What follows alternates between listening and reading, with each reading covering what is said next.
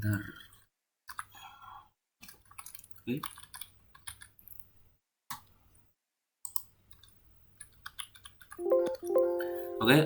Assalamualaikum warahmatullahi wabarakatuh. Kami dari kelompok 9 akan mempresentasikan hasil dari kelompok kami.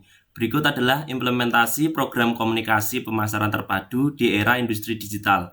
Di sini ada Angga Prastio dengan NIM B11 2020 06365, Tia Mutiara dengan NIM B11 2020 06385, Ardito Sunarno dengan NIM B11 2020 06542, Kristi Maika dengan NIM B11 2020 06448, Fladia Safa dengan NIM B11 2020 06454, Helena Ade dengan NIM B11 2020 06478. Pengertian: komunikasi pemasaran terpadu adalah sebuah proses perencanaan marketing komunikasi yang memperkenalkan konsep perencanaan komprehensif untuk mengevaluasi peranan strategis dari berbagai elemen komunikasi pemasaran seperti public relation, advertising, direct selling, sales promotion, dan interactive marketing.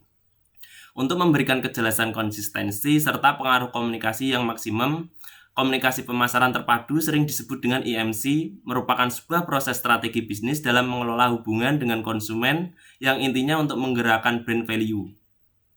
Komunikasi pemasaran merupakan proses yang dilakukan oleh perusahaan dalam mengkoordinasikan beberapa elemen promosi dan kegiatan pemasaran lainnya sehingga terjalin komunikasi dengan konsumen perusahaan. Belts and Belt 2004. Konsep yang secara umum sering digunakan untuk menyampaikan pesan adalah apa yang disebut bauran promosi atau biasa disebut promotional mix. Disebut bauran promosi karena biasanya pemasaran sering menggunakan jenis promosi yang terintegrasi dalam suatu rencana promosi produk. Terdapat 5 jenis promosi yang biasa disebut sebagai bauran promosi, yaitu iklan, advertising, penjualan tetap, tatap muka atau personal selling, promosi penjualan atau sales promotion, hubungan masyarakat dan publisitas atau public and public relation, serta pemasaran langsung direct marketing Kotler 2000.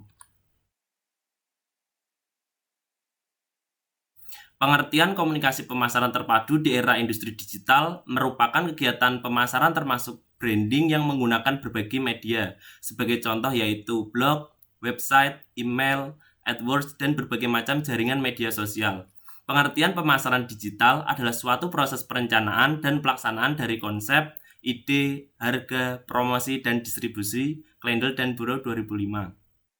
Perkembangan teknologi informasi dan komunikasi kini telah berdampak besar terhadap dunia industri. Perubahan model industri ke arah digital memberikan pengaruh besar pada kegiatan pemasaran yang dilakukan oleh perusahaan agar dapat memenangkan kompetisi di tengah-tengah persaingan bisnis yang semakin tajam. Kemampuan melakukan adaptasi dan inovasi dengan cepat dan tepat dengan melibatkan berbagai media komunikasi digital dan teknologi pemasaran akan memberikan pengaruh positif kepada perusahaan. Kemudian jenis-jenis pemasaran terpadu di era industri digital. Yang pertama adalah website. Website berperan dalam menunjukkan profesionalisme perusahaan, membantu konsumen mengetahui bisnis kita, promosi yang hemat, dan media bisnis yang mudah. Yang kedua adalah search engine marketing. Membuat website perusahaan mudah ditemukan dalam sistem mesin pencari. Search engine marketing terbagi atas search engine optimization atau SEO dan search engine marketing atau SEM. Yang ketiga adalah social media marketing. Edarkan platform di media sosial seperti Facebook dan Twitter karena dapat dilakukan dengan biaya yang minim, bahkan gratis. Ini tentu saja dapat meningkatkan brand perusahaan. Kemudian adalah online advertising. Media promosi melalui internet dengan berbayar. Ini dapat mendapatkan konsumen lebih cepat dan memuaskan, namun terbilang lebih mahal dibandingkan jenis yang sebelumnya. Yang kelima adalah email marketing. Kita dapat memberitahu informasi terbaru mengenai promosi yang sedang berlangsung maupun produk atau jasa terbaru. Yang keenam adalah video marketing. Dengan cara ini, kita dapat langsung menjelaskan tentang bisnis kita, menjelaskan produk dan cara menggunakannya, serta menampilkan testimonial pelanggan. Kemudian, kelebihan menggunakan pemasaran digital. Keputusan penyebaran strategi pemasaran dengan menggunakan media digital dapat dilakukan dengan sangat cepat, bahkan dalam hitungan detik. Selain itu, DM juga dapat diukur secara real-time dan tepat. Yang kedua adalah kemudahan evaluasi. Menggunakan media online, hasil dari kegiatan pemasaran dapat langsung diketahui. Informasi seperti berapa lama produk kita dapat ditonton, berapa banyak orang yang melihat produk kita, kemudian berapa persen konversi penjualan dan setiap iklan, dan lain sebagainya. Kemudian yang ketiga adalah jangkauan yang lebih luas. Kelebihan berikutnya yaitu jangkauan geografis dari DM yang luas. Kita dapat menyebarkan brand atau produk seluruh dunia hanya dengan beberapa langkah mudah dengan memanfaatkan internet. Yang keempat adalah murah dan efektif. Dibandingkan dengan pemasaran tradisional, tentu saja digital marketing jauh lebih murah dan efektif. Biaya yang dihemat dapat sampai 40%. Yang kelima adalah membangun nama brand. Pemasaran digital dapat membantu kita membangun nama brand dengan baik. Eksistensi dunia maya dengan keberadaan brand kita sangat penting, karena orang dapat melakukan pencarian online sebelum membeli produk kita. Kekurangan menggunakan pemasaran digital. 1. Membutuhkan pengalaman dalam penerapannya. Salah satu kekurangan yang terdapat dalam pemasaran digital adalah dibutuhkannya pengalaman yang memadai. Selain itu, pemasaran digital tidak dapat dilakukan dalam waktu yang cepat atau instan. Juga dengan branding produk yang Anda tawarkan, sehingga membutuhkan waktu yang lebih banyak dan pengalaman yang cukup, supaya produk yang Anda tawarkan dikenal dan diterima oleh calon konsumen. 2. Membutuhkan passion dan konsistensi. Proses dalam pelaksanaan pemasaran digital membutuhkan passion dan konsistensi dari pelaku. Tanpa adanya passion dan konsistensi yang baik pada penerapannya akan menyebabkan munculnya sikap pesimis dari pelaku. Apa itu the digital marketing trifecta? Digital marketing trifecta menjadi hal dasar yang perlu dipahami oleh seorang digital marketer untuk mempermudah ia menjalankan tugasnya. Ini merupakan konsep dasar tentang bagaimana memaksimalkan potensi sebuah brand dalam menjangkau pelanggan.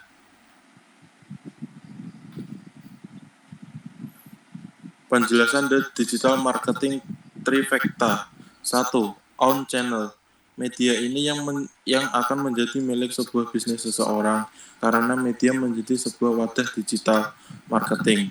Ketika seseorang atau kelompok membangun bisnis dan menyalurkan pemasarannya melalui media tersebut, contoh media, website, blog, sosial media, webinar, e-book, serta email marketing konten. 2. Paid channel. Jenis media ini yang paling efektif untuk melakukan pemasaran. Jika sudah tahu kepada siapa target promosi sebuah bisnis, berikut jenis media berbayar, display ads, paid search, dan sosial media. 3. Earn channel. Melalui media ini menguntungkan kita dengan mengarahkan traffic ke conventions, meningkatkan brand awareness melalui pelanggan ke pelanggan. Brand dapat dipercaya dengan adanya testimoni dari penilaian, serta tidak membutuhkan biaya.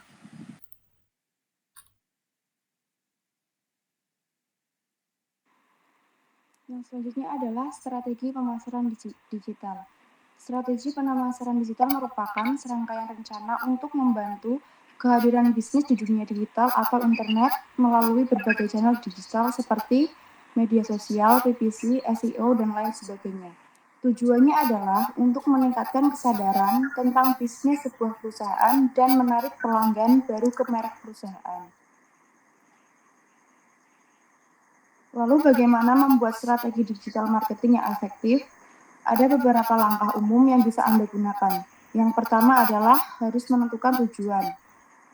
Baik itu tujuan bisnis secara umum maupun tujuan campaign atau marketing secara khususnya, apa yang ingin dicapai dengan bisnis dan strategi pemasaran. Tujuan atau goal ini akan membantu tetap fokus untuk langkah yang akan diambil dan mengevaluasi kinerja campaign perusahaan. Yang kedua adalah melakukan riset mendalam. Tak ada bisnis yang bisa bertahan lama tanpa melakukan riset mendalam. Riset ini mencakup riset market, riset kebutuhan, dan riset-riset lainnya. Salah satu langkah riset yang bisa perusahaan lakukan adalah meminta konsumen untuk memberikan feedback terhadap perusahaan dan apa yang ingin mereka dapatkan dari bisnis atau produk perusahaan.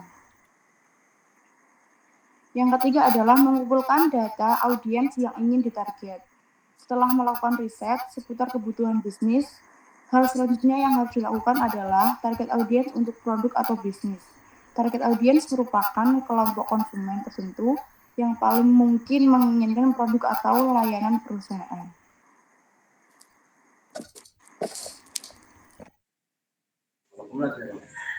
Selanjutnya, bagaimana mengetahui siapa yang akan menjadi target audiens yang potensial?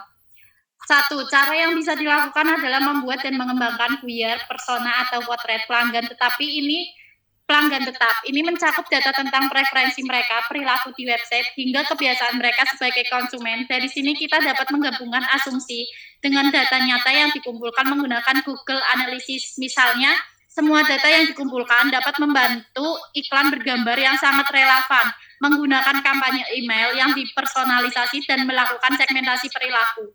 Next. Kesimpulan. Dari penjelasan di atas dapat ditarik kesimpulan bahwa pemasaran digital atau biasa disebut digital marketing adalah sarana komunikasi pemasaran dengan konsumen yang intinya untuk menggerakkan brand value. Dalam era digital, dalam mengenalkan brand value dibutuhkan media digital sebagai contoh yaitu blog, website, email, AdWords, dan berbagai macam jaringan media sosial. Next. Kelebihan menggunakan digital marketing. 1. Kecepatan penyebaran. 2. Kemudahan evaluasi. 3. Jangkauan lebih luas. 4. Murah dan efektif. 5. Membangun nama brand. Selanjutnya akan dilanjutkan lagi dengan teman saya, Helena. Kekurangan menggunakan digital marketing. 1. Membutuhkan pengalaman dalam penerapannya. 2. Membutuhkan passion dan konsistensi. Jenis-jenis pemasaran digital. 1. Website. 2. Search engine marketing. 3. Social media marketing. 4. Online advertising. 5. Email marketing. 6. Video marketing. Terdapat digital marketing trifecta, yaitu yang pertama on channel. On channel adalah jenis digital marketing di mana semua media dimiliki, dikelola, dan dikendalikan oleh pemilik bisnis. Contohnya yaitu website, blog, sosial media, webinar, e-book, serta email marketing konten. Yang kedua, paid channel. Paid channel adalah channel di mana perusahaan perlu membayar pada setiap klik yang dilakukan pada iklan yang mengarahkan pada website atau e-commerce yang kita miliki. Contohnya yaitu display ads, paid search, and social media ads. Yang ketiga, earned channel. Earned channel dapat diartikan sebagai media pemasaran yang diperoleh secara organik, serta tidak berbayar. Contohnya impression atau interaksi audiens ke media bisnis kita, seperti bentuk testimoni, ulasan, penilaian pelanggan, ataupun liputan media mengenai produk atau jasa brand perusahaan kita. Cara efektif agar sukses menerapkan strategi pemasaran digital. Yang pertama, tentukan tujuan. Yang kedua, lakukan riset mendalam. Dan yang ketiga, kumpulkan data audiens yang ingin ditargetkan.